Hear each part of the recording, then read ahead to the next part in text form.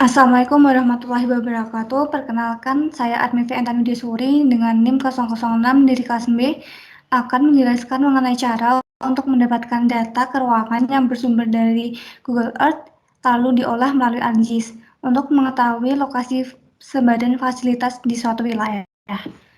Pertama-tama mari kita buka aplikasi Google Earth terlebih dahulu.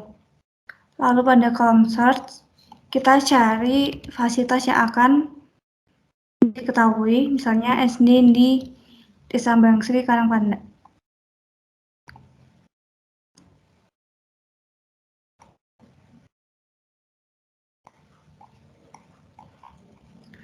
Selanjutnya kita add placemark, lalu dinamai sesuai dengan nama SD-nya, SDN 1 Bangsri, lalu placemark kembali, SDN 02 Bangsri, add placemark, SDN 03 Bangsri,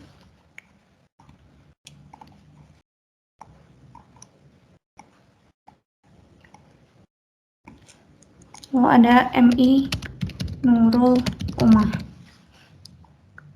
Selanjutnya kita kembali search fasilitas yang akan dicari, misalnya SMP.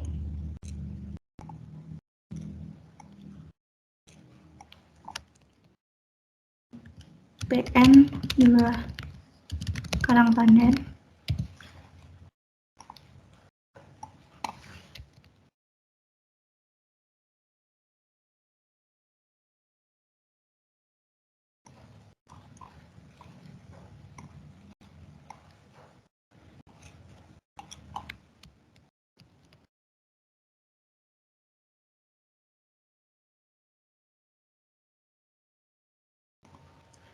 Jika data yang dicari sudah cukup, maka kita jadikan satu grup agar proses penyimpanan mudah dilakukan.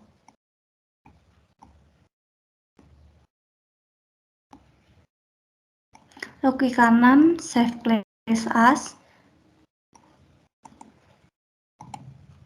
Kita save. Lalu selanjutnya kita buka aplikasi ArcGIS. Setelah aplikasi ArcGIS terbuka, langkah selanjutnya adalah menambahkan SHP, yaitu SHP subwilayah Kecamatan Karangpandan dan Matesi yang menjadi wilayah studi, sekaligus SHP dari Desa Bangsri sendiri yang terletak di Kecamatan Karangpandan.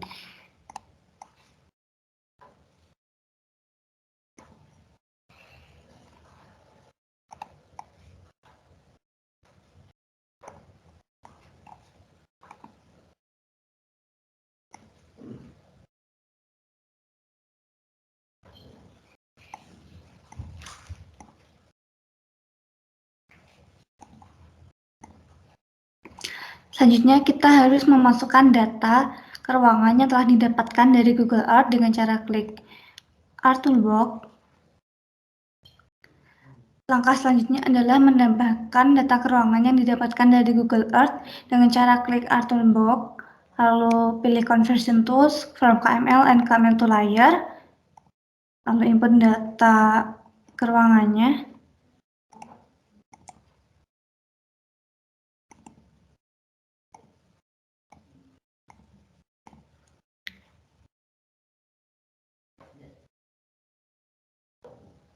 Lalu klik OK.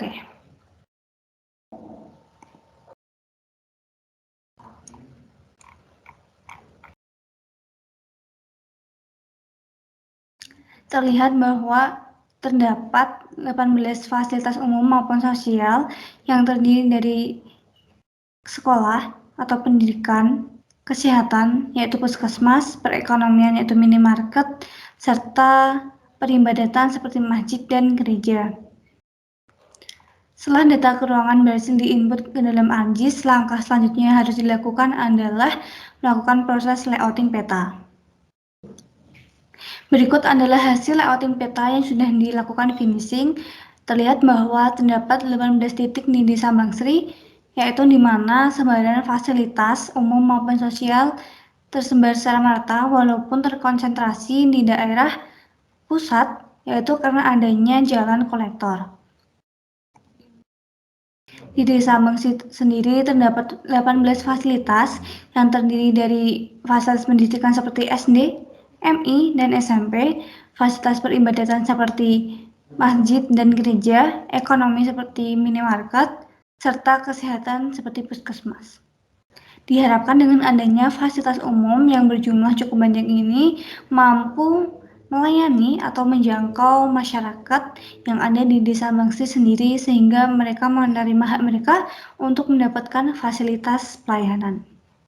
Demikian adalah tutorial untuk mengakuisisi data keuangan yang bersumber dari Google Earth.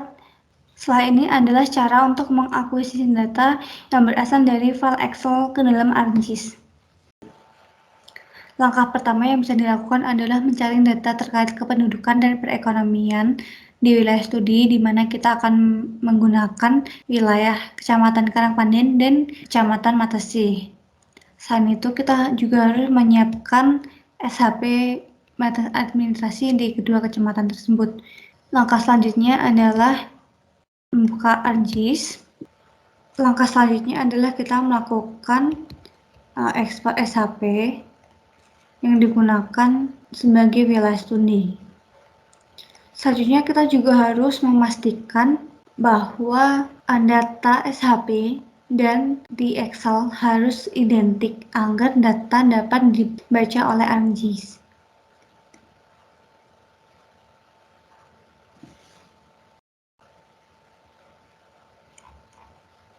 Lalu kita buka dulu database-nya.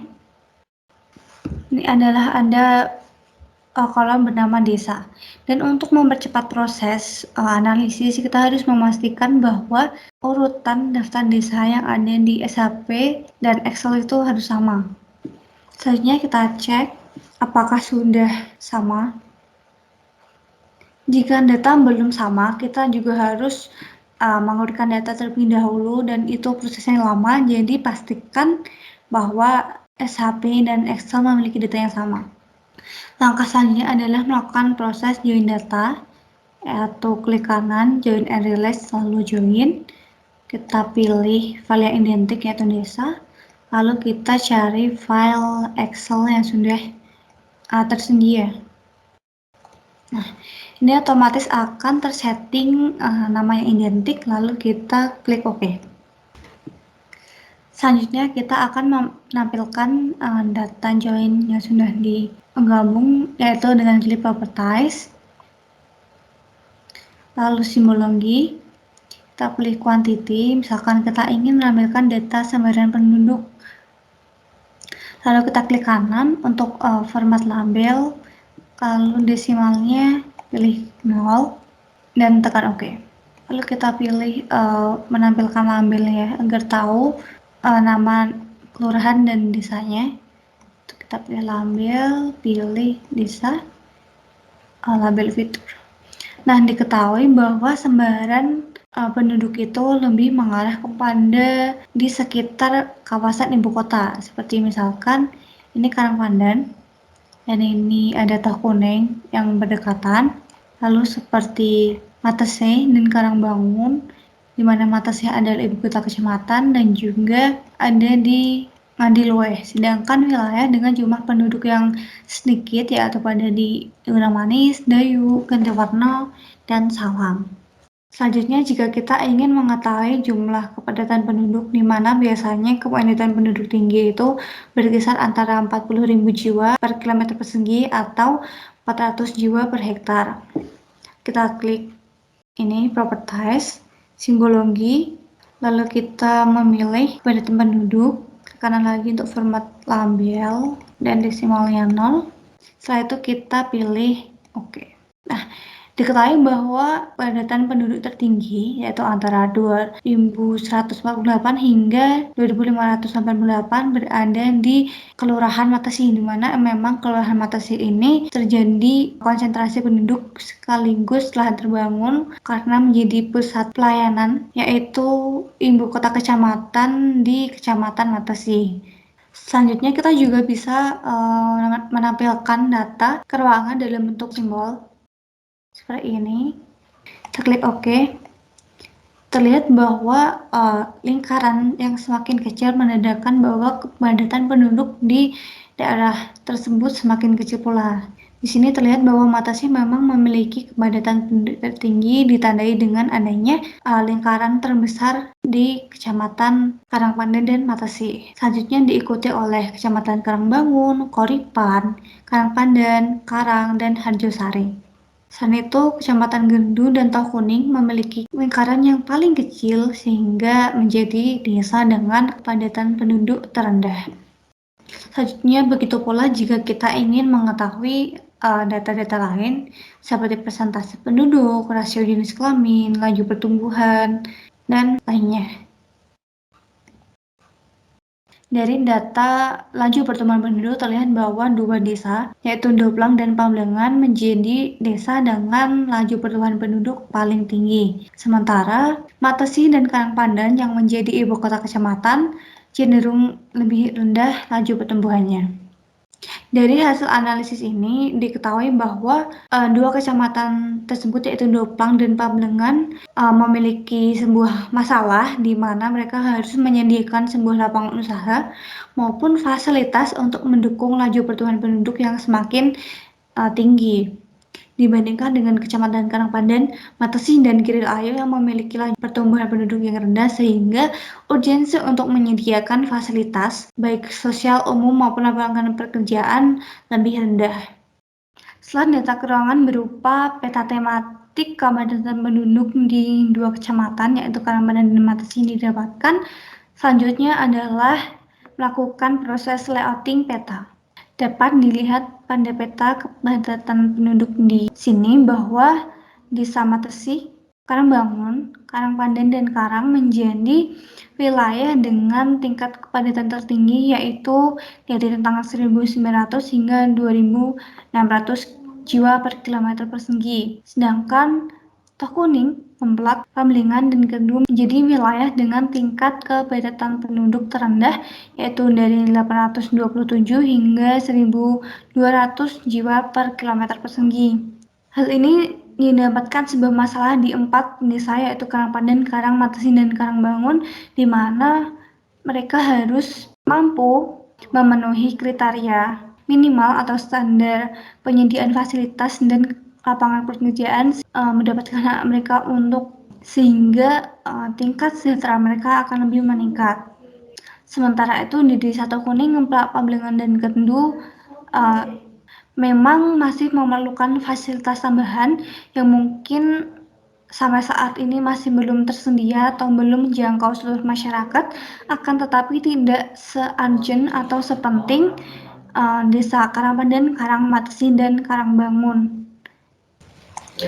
Setelah data keuangan yang berasal dari Excel yaitu kependudukan telah diketahui, proses selanjutnya adalah cara memasukkan data Excel ke dalam ArcGIS, yaitu kita bisa menambahkan SHP subwilayah yaitu Kecamatan Karangpandan dan Matasi, lalu kita masukkan Excel dengan cara menggabungkan data di SHP-nya. Pastikan bahwa terdapat nama yang identik antara data yang ada di SHP dan Excel. Kita klik Properties, Join, Add, lalu kita masukkan desa, kita masukkan ekonomi, Validate, Close, dan OK. Selanjutnya kita tampilkan desa, lalu di simbologi, quantities, graduate color. Nah, jika kita ingin memperlihatkan banyaknya keluarga yang prasejahtera di kedua kecamatan ini, terlihat pada peta bahwa Kelurahan Tahukuning adalah kelurahan yang memiliki jumlah keluarga prasejahtera yang paling banyak, yaitu sekitar 166 hingga 532 keluarga. Sementara itu, Pamlengan dan Kiril Ayu menjadi wilayah dengan jumlah keluarga prasejahtera tersedikit yaitu antara rentang 0 hingga 2. Selanjutnya jika kita ingin melihat perbandingan keluarga sejahtera 4 Dalam peta dapat dilihat bahwa Kelurahan Matesi menjadi kelurahan dengan tingkat keluarga sejahtera tingkat 4 terbesar di kedua kecamatan. Hal ini memang karena Kelurahan Matesi menjadi ibu kota kecamatan, sehingga lapangan usaha maupun standar gaji yang diberikan itu lebih tinggi dibandingkan dengan kelurahan lainnya. Walaupun begitu, Kelurahan Karangpandan sebagai ibu kota kecamatan Karangpandan berada di skor 3, yang mana sedikit lebih rendah dibandingkan dengan Diluweh yang hanya menjadi desa biasa, sehingga adanya masalah yang harus diselesaikan di Kecamatan Karangpandan karena keluarga sejahtera yang idealnya ada di daerah kota masih belum terpecahkan. Setelah data mengenai ekonomi, yaitu kemiskinan atau keluarga sejahtera dan non-sejahtera didapatkan, proses selanjutnya yang harus dilakukan adalah layouting peta. Berikut adalah peta sebaran keluarga prasejahtera di subwilayah Karangpandan dan Matesi. Terlihat bahwa dalam rentang 84 hingga 532, yaitu kategori tertinggi, Desa Tokuning, Bangsri, Ngemplak, dan Karangpandan menjadi desa dengan banyaknya keluarga sejahtera tertinggi di dua kecamatan. Hal ini menjadi sebuah masalah karena masih banyaknya keluarga yang belum mampu memenuhi kebutuhan sehari-hari mereka dikarenakan mungkin kurangnya gaji ataupun pengangguran dan lain sebagainya. Sementara itu, Desa Karang, Pamblengan, Karangbangun, dan Giri Ayu menjadi desa dengan tingkat keluarga prasejahtera paling sedikit, yaitu dengan rentang 0 hingga 33 keluarga saja. Berdasarkan analisis ini, diharapkan ke depannya terdapat sebuah program atau kebijakan guna mendukung atau meningkatkan kegiatan ekonomi, yaitu yang berasal dari peningkatan pendidikan maupun kesehatan masyarakat guna memperbanyak SDM yang berkualitas sehingga perekonomian di desa tersebut meningkat dan warga di sana menjadi lebih sejahtera. Demikian adalah cara untuk menggabungkan data yang berasal dari Excel ke dalam ArcGIS. Selanjutnya adalah cara untuk membuat peta tutupan lahan berdasarkan citra Landsat.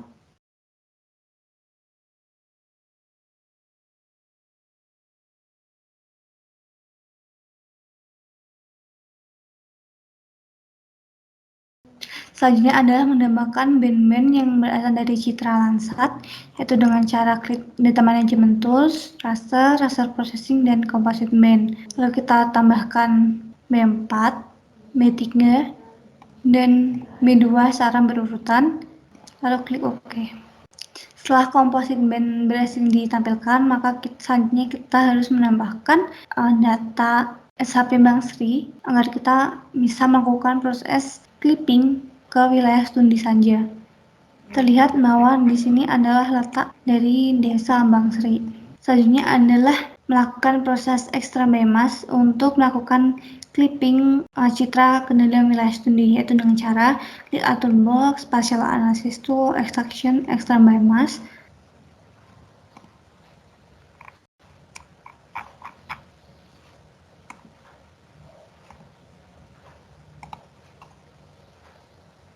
Selanjutnya adalah klik OK. Terlihat bahwa citra berhasil dilakukan clipping ke dalam wilayah studi. Selanjutnya adalah kita memasukkan data citra B8. B8 merupakan citra dengan warna hitam putih dengan resolusi tinggi, yaitu 15,15. Selanjutnya kita juga melakukan proses clipping atau Artun Box, Extract BEMAS, masukkan B8 di Bangsri, oke. Terlihat bahwa citra B8 berhasil dilakukan proses clipping. Selanjutnya untuk melakukan proses penajaman citra, kita bisa klik Artun Box, lalu Data Management Tools, Raster Processing, dan Create Pen Sharpen Raster Datasheet. Untuk kita masukkan composite band-nya yang sudah diekstrak, diklip, lalu pankromatiknya juga yang sudah diklip, lalu tekan OK. Terlihat bahwa citra telah diterimkan. Selanjutnya kita akan melakukan proses analisis tutupan lahan, yaitu dengan cara kita harus klik customize, lalu extension kita harus mengaktifkan spatial analysis, close, lalu klik kanan, dan aktifkan image classification. Di sini pilih create pan shape, lalu training sample manager, pilih draw circle, dan kita memilih sampel.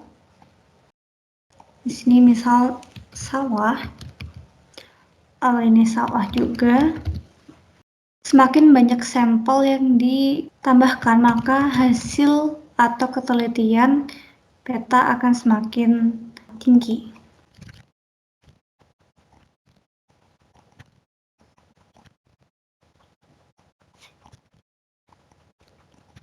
Lalu kita gabungkan data. Setelah itu kita klasifikasi tutupan yang lain, misalkan di kebun.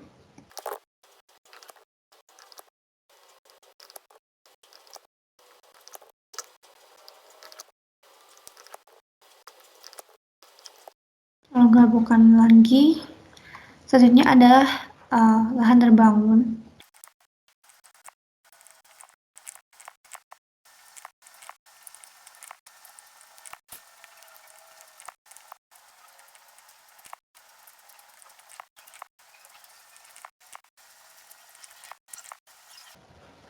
Jika sudah cukup, lakukan pengelompokan lagi. Selanjutnya adalah sawah itu berwarna hijau, untuk kebun berwarna kuning, lahan terbangun berwarna merah. Selanjutnya kita bisa melakukan cek apakah sebenarnya datanya normal. Dapat dilihat bahwa titik-titik lingkaran mengikuti data diagonal sehingga datanya normal. Selanjutnya kita simpan training sample manager menjadi signature file.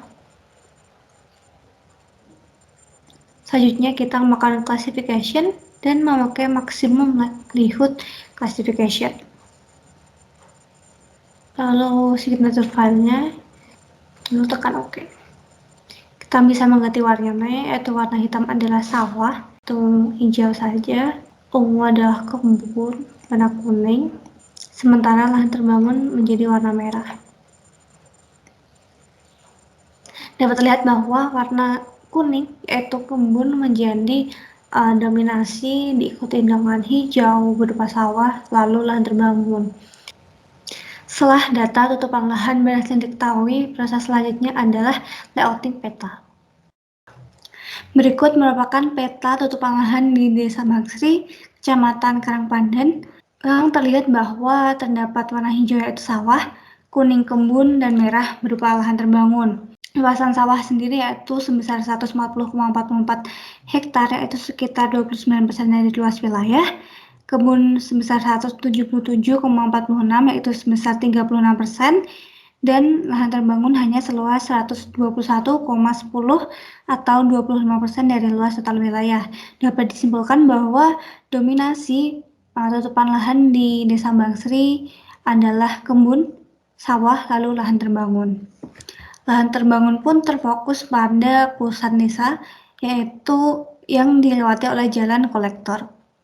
Demikianlah 3 tutorial yang telah saya jelaskan, yaitu mengenai akuisisi data keuangan dari Google Earth, peta tematik dari data Excel yaitu kependudukan dan ekonomi, serta yang terakhir adalah peta tutupan lahan dari Citra Landsat Oli 8.